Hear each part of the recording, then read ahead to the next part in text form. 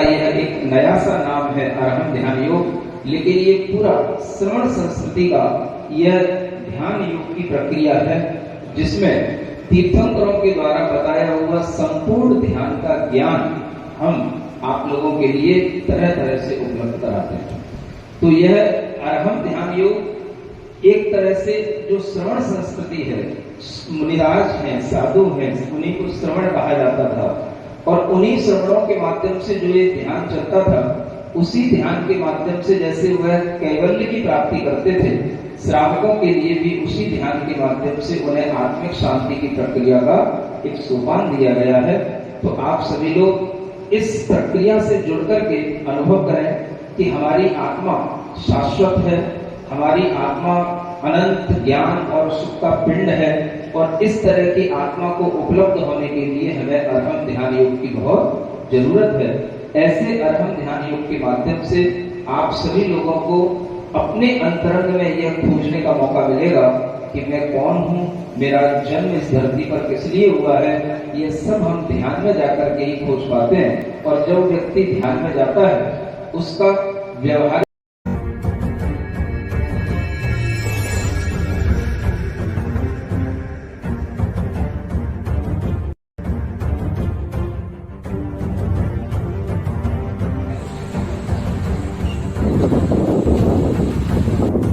मंदिर ही होते हैं जो मौन खड़े होकर के भी, अचेतन होकर के भी अनेक चेतन जीवों के अंदर चैतन्यता उत्पन्न कर देते हैं। ये मंदिर ही होते हैं, ये मंदिर ही होते हैं जो किसी भी भाषा के लोग हों, किसी भी विदेश से आए हुए किसी भी तरह की कास्ट या क्रीड के लोग हों, उन सबके लिए अपने आप ये संदेश दे देते हैं कि हमारे जीवन में अगर सर्वोच्च स्थान है किसी का तो वह हमारे परमात्मा का है, हमारे भगवान का है।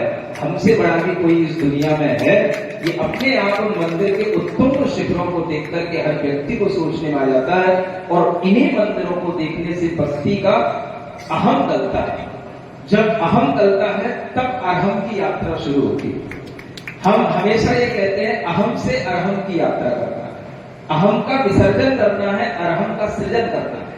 अहंकार हमारे अंदर अपवित्रता लाता है, अरहम पवित्रता लाता है और इस तरह की जो हमने वहां पर एक तरह से एनवायरनमेंट में जो हमने वहां पर पवित्रता देखी, उससे हमें महसूस हुआ कि यह मंदिर ही है जिसके माध्यम से हमारे अंदर का अहम गलता है और जब अहम गलता है तभी मुझे अपने अंतरंग में छिपी हुई परमात्मा की। भाई साहब थोड़ी आप नीचे कर लेंगे, और नीचे लगा अब लगा खड़े होगा तो काल लगाओ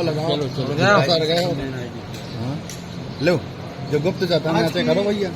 ये मीटिंग किस संदर्भ को लेकर, किस विषय को लेकर? आज का प्रमुख विषय था कि चूंकि आज खजुराहो की पावन धरा पर आचार्य गुरुवर के परम प्रभाव विशेष परम पूज मुनि श्री प्रणम सागर जी सत्संग उपस्थित हुए। मुनि श्री को अरहम योग के प्रवर्तक के रूप में भी जाना जाता है। तो आचार्य गुरुवर का हमेशा से कहना था कि भारत को भारत कहा जाए, भारत को भारत बनाया जाए। भारत को भारत कैसे बनाया जाए? भारत जब बनेगा जब हमारा भारतीय संस्कृति का ज्ञान हमको होगा। भारतीय संस्कृति का ज्ञान कैसे होगा? जब भारतीय संस्कृति के जो प्रमुख गुण थे उसमें योग भी एक प्रमुख गुण हुआ करता था। तो उस योग को जन जन तक पहुंचाना, जिससे हमारा तन स्वस्थ रहेगा, हमारा मन स्वस्थ रहेगा। तो अरहम योग के माध्यम से जो मुनि श्री का अपना खुद का क्रिएशन है, उसके जब आप स्वयं उस अरहम योग में उपस्थित होंगे तब जान पाएंगे कि मुनि श्री ने इसके लिए कितना प्रयास किया होगा, कितनी खोज की होगी, भारतीय संस्कृति के विषय में कितना सोचा होगा, तब जाके इस अरहम योग को पहुँच पाए होंगे। और यही कारण है कि अरहम योग ने भारत सरकार ने भी अपनाया हुआ है। भारत सरकार ने अरहम योग को मान्यता दी हुई है। भारत सरकार ने मान्यता नहीं दी हुई है। अभी जो 100 डेज का काउंट डाउन योग दिवस के रूप में रखा हुआ है, उसमें इसको प्रमुख रूप से सम्मिलित किया गया है। आप सभी का, हम सभी का ये परम सौभाग्य है कि ये अवसर खजुराहो को भी प्राप्त हो रहा है।